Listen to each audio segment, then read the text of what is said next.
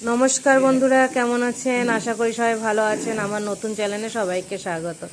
আজকে করব শীতের বেগুন পোড়া। একটা বড় সাইজের বেগুন নিয়েছি, এবার এটাকে আজকে পোড়াবো। বেগুনটাকে ভালো করে ধুয়ে নিয়েছি, নিয়ে দুফালা করে দেখলাম যে পোকা আছে নাকি। না, ঠিকই আছে বেগুনটা। তো বেগুনের দুফালা করে ভিতরে দিয়ে দিলাম একটা টমেটো, দুটো কাঁচা লঙ্কা, কটা রসুন আর একটা শুকনো লঙ্কা দিয়ে এবার সুন্দর করে বেগুনটাকে পুড়িয়ে নেবো। এই শীতে বেগুন পোড়া খেতে খুব ভালো লাগে। আপনারা কারা কারা বেগুন পোড়া খেতে ভালোবাসেন জানাবেন। তা চলুন বেগুনটাকে ভালো করে সুন্দর করে পুড়িয়ে নিই। অনেক বড় বেগুন তো, তাই সামনেটা আগে দিলাম, আস্তে আস্তে করে পুড়িয়ে নিতে হবে চারপাশটা ভালো করে। এই বেগুন পোড়া শীতে রুটি দিয়ে, ভাত দিয়ে, সব কিছু দিয়েই বেশ খেতে ভালো লাগে। তা বেগুনটাকে সুন্দর করে পুড়িয়ে নিলাম। নিয়ে দেখুন, এবার বেগুনের গাছ থেকে এবার ভালো করে এটা পরিষ্কার করে নেব।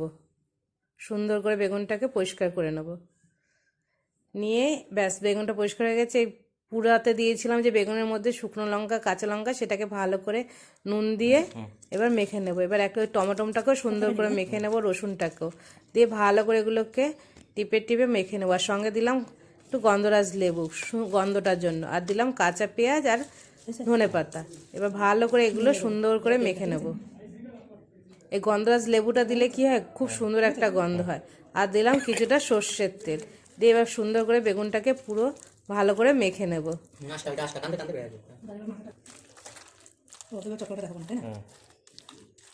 এই গন্ধরাজ লেবু আপনাদের কাছে না থাকলে নাও দিতে পারেন, আমার কাছে ছিল তাই দিলাম।